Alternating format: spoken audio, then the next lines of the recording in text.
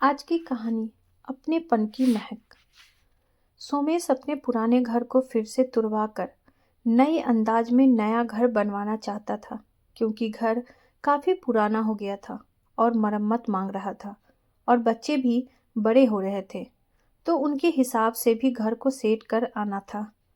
सुगंधा ने रसोई से आवाज लगाई, आप तीनों देखिए, मैं अभी 10 मिनट में आती हूँ।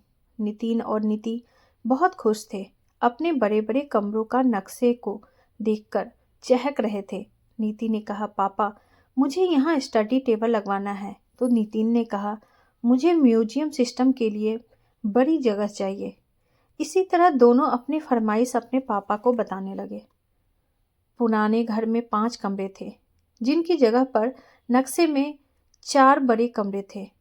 उस नक्शे में एक कमरा सोमेश सुगंधा का, एक नीति का, एक नितिन का और एक गेस्ट रूम। इतने में ही सुगंधा आती है और नक्शा देखती है और सोमेश और बच्चों से कहती है कि इसमें एक सदस्य का कमरा तो है ही नहीं।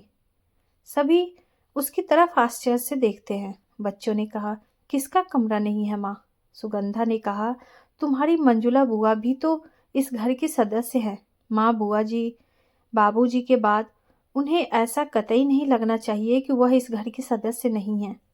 पर माँ, गेस्ट रूम तो है ना बुआ के लिए, नीति ने कहा। सुगंधा बोली, क्या तुम चाहोगी कि शादी के बाद तुम्हें भी इस घर में गेस्ट समझा जाए? बेटियां कभी पराई नहीं होती, उन्हें शादी के बाद भी इतना ही अपनापन व सम्मान मिलना चाहिए जितना कि शादी से पहले। सुगंधा ने प्यार से दोनों बच्चों को समझाया। इतना सुनकर सभी बच्चे चुप हो गए। सोमेश ने सभी की चुप्पी तोड़ते हुए कहा, तुम्हारी माँ सही कहती है, बुआ भी इसी घर की सदस्य है और हमें रिश्तों का सम्मान करना चाहिए। फिर क्या था, सभी ने नए सिरे से अपने कमरे थोड़े छोटे छोटे कर बुआ के कमरे की भी जगह निकाल ली और बुआ के कमरे के साथ एक छोटे से प्यारे से पूजा घर की भी जगह निकाल ली, जो ठीक माँ बाबूजी के कमरे के जगह पर ही था। कुछ समय बाद घर के मुहूर्त पर जब बुआ घर आई तो सबसे ज्यादा खुश आज बुआ ही थी, क्योंकि आज भी उन्हें इस घर में अपनेपन की महक जो आ रही थी और अपने कमरे से जुड़े पूजा घर में उन्हें माँ बाबूजी के होने का एहसास आज भी हो रहा था।